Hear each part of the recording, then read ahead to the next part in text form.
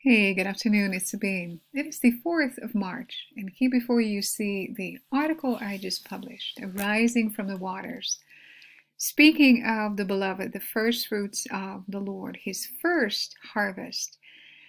And they are, just like Venus, about to arise above the waterline.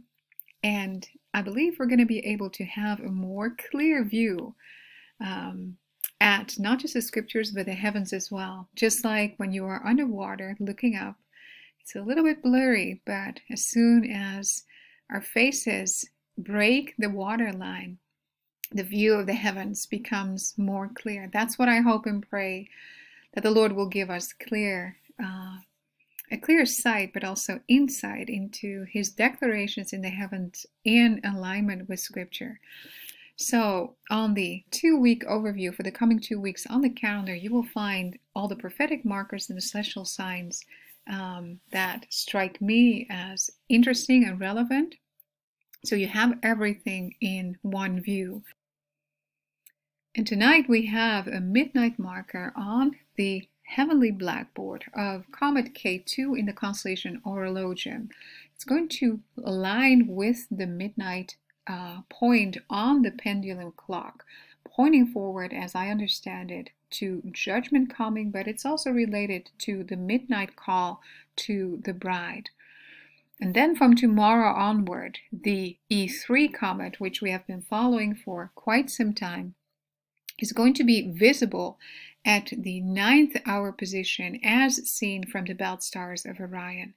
And the central or the brightest star, El Nitak in the belt, which is a reflection of the Ephesians 6 armor, it's also the celestial mirror of the Giza plateau. And we know that the Khufu pyramid is the central pyramid with regard to it being the standard of measurement, but it also functioned as an astronomical clock. So from that center point of the belt stars of Orion, E3 is going to be aligned with the belt stars from the 4th until the 8th. And that's going to be the 9th hour marker, counting from sunrise at about 6, just after 6. And of course, that points to the Lord's finished work on the cross.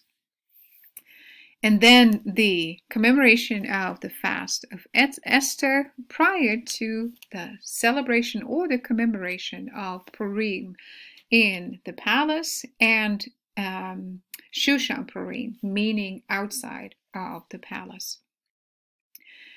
So as mentioned, all the references in the text are found on the calendar in addition to the symbol, so you can easily find what you read in the text on the calendar. So of course, after the beautiful heavenly kiss of Venus and Jupiter, their story is not ending, it is continuing. And the overcoming bride, the first fruits of the Lord, are going to arise out of the water. There's going to be a cutting of ribbons of the horizontal fish first, and then of the vertical fish before Venus enters into the throne room, which is going to have a beautiful meaning for the Lord's overcoming believers. For the entry into the throne room of the beloved synchronizes with the rapture scene in Revelation 4:1, where John, also a type of the beloved apostle, the beloved disciple, enters into the throne room, falls face down at the onlook of the Lord, with hair as white as wool, just like the lamb in the constellation of Aries. Purim itself on the calendar serves as an early Passover. In this case, it was for the exiled in Babylon.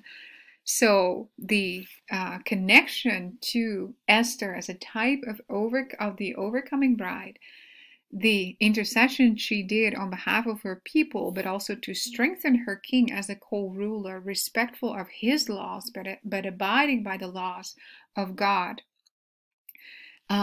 There is a lot to glean and to learn from this beautiful story, and this is what I've written about it. I believe this was last year. And Purim, currently, if you look at how that is celebrated in the state of Israel, there is a lot of drunkenness and carousing, which could be referred to in Luke 21:34, and Jesus warned us about not to be connected to, tied to the world and to this type of idolatry and lascivious celebration. So this could be the feast that is going to be turned into mourning. The heavenly declarations. First, the E3 comet. It's writing on the heavenly blackboard. It will align with Orion's belt stars at the 9th hour position from March 4 to 8th. So that covers the time frame of Purim. Our attention being directed to the Lord's finished work on the cross, but also of darkness falling between noon and 3. So the Lord's arrival amidst darkness is what I believe the picture is we are to be mindful of. And there is a lot of information about what the meaning is of the constellation. Orion, the Son of Man, coming in his left hand, he holds the remains of the enemy. And he presents that to the congregated believers in the 7 churches in the constellation Taurus as a sign of him overcoming the enemy on our behalf. Underneath his feet is the serpent, and out of his belt stars flows the river of the judge, the river of the ruler. And that's what the comet is going to be positioned in. So it has entered into the constellation of Eridanus, and it's going to align with Orion's belt stars. There was a beautiful prophetic word from our sister Mandy Ralph, the Lord speaking and emphasizing Purim, but also saying to us through her that he is coming at the 9th hour. So this is an interesting, and I believe also an important 9th hour marker in the heavens. Then the comet will align with Eridanus, which is the fiery river of judgment. And that is going to take place on March 11th exactly. So it's going to cross that asterism line of the fiery river in the heavens. Here you can read where you can find the references in scripture to this fiery river. And it speaks of the Lord overcoming his enemies. E3 will then line up with the great Orion Nebula, the sword of truth, which is underneath the belt stars. And that speaks of the light breaking forth amidst spiritual darkness. So first we have the spiritual darkness, the finished work on the cross. Then we have the comet aligning with the sword of truth, or the sword of the Spirit, speaking of light shining and breaking forth amidst darkness. And Isaiah 60 verse 1 and 2, we've spoken about that quite a few times, comes to mind. The comet is going to align with the star Cursa, meaning the chair or footstool of the central one in Arabic. The bent down in Hebrew, pointing to the bending down of the enemy of Cetus, which has its front legs into the river, is going to be subdued by the Lord. Psalm 110 speaks of the Lord sitting on his throne, and at his right hand, the bridal overcomers are situated. And he is speaking to them that he is going to make thine enemies, our enemies, his footstool. So that is a very promising scripture. The Orion Nebula presenting us with the light of the world. So here we have the constellation Orion with the remains of the enemy in his left hand. He has overcome. He is raising his arm of strength, and his feet are above a serpent. It's now depicted as a hare, but biblically it used to be a serpent. There is footage of that in the overview. Comet E3 has entered the constellation Eridanus, the fiery river of the judge, and it's going to align with the belt stars of Orion from 4 to 8, and then further southward with the sword of truth, or the sword of the Spirit, the great Orion Nebula. So we're going to go through these images. This is an interesting one because the Giza Plateau the central Khufu pyramid, in its heydays when it was covered with 144,000 white casing stones, it reflected the sunlight on the plateau. And there is a source where you can see at these different reflections, but what is to me was amazingly beautiful and interesting prophetically as well. But I think the beauty is just, how do you say that? To me, it's outstanding that at the time that we are currently in, the end of February, early March reflection of the then Giza pyramid reflected the Lord's finished work on the cross. So the reflections of the sun marked the finished work on the cross. So if you'd like to read more about that, you can click on the links in the article. So a couple of the ancient depictions of Orion overcoming the enemy. He either holds like a lion's skin, sometimes a lion's head, or a shield. He is standing on the snake, so he has overcome the enemy in all its manifestations. Out of his belt flow waters, which is the depiction of the Nile River, which was adjacent to the Giza pyramid. The enemy Cetus has its feet in the river. He is going to be subject to the fiery river of the judge. So this has a dual meaning of then vitalized water, and now it's about subduing his enemies.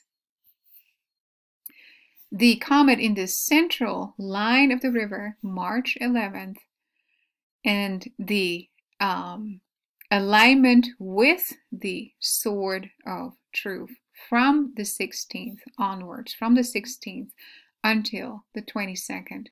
And right in between the comet E3 and the Great Orion Nebula is the star Cursor, where the river is bent. And in Arabic, this was the chair and footstool of the Great One. So hence the reference to Psalm 110, where the Lord spoke of him making our enemies his footstool.